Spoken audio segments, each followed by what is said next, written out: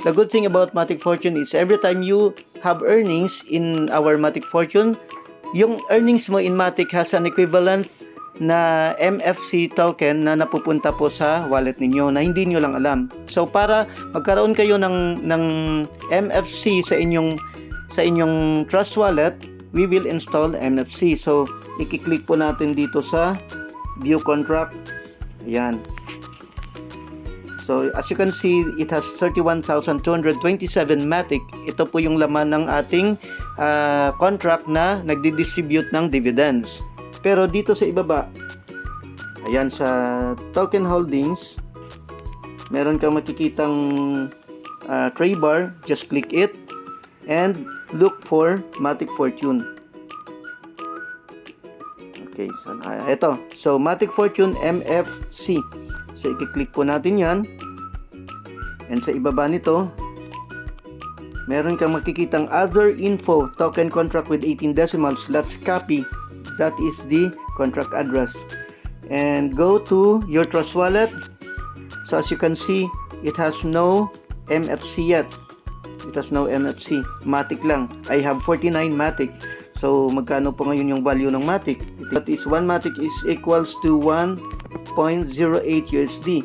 Or in pesos, that is 61.78, and we are expecting it na aakyat po yan ng aakyat hanggang sa maybe mag 100 pesos per MATIC or 200 or 500 or 1,000 per MATIC.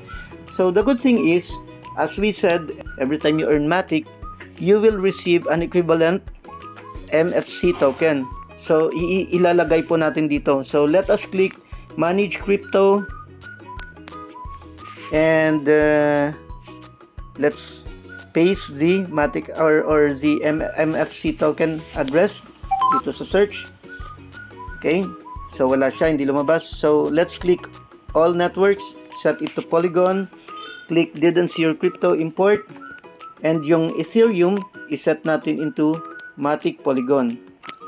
And sa address, let's paste it. Ayan, lumabas na yung MaticFortune MFC 18 decimals. So let's just click import.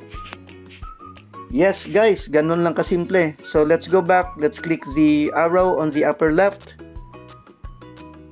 Ayan na po, below you can see MFC Polygon. So every time you earn MATIC, you will also receive an equivalent amount of MFC token. So ito po yung MaticFortune natin. If you want to join our online business, don't hesitate to contact your sponsor and get their referral link. If you don't have sponsor, kindly register at the link below. We have a referral link na nilagay doon sa ibaba at the description. Okay, thank you po for listening. Bye bye.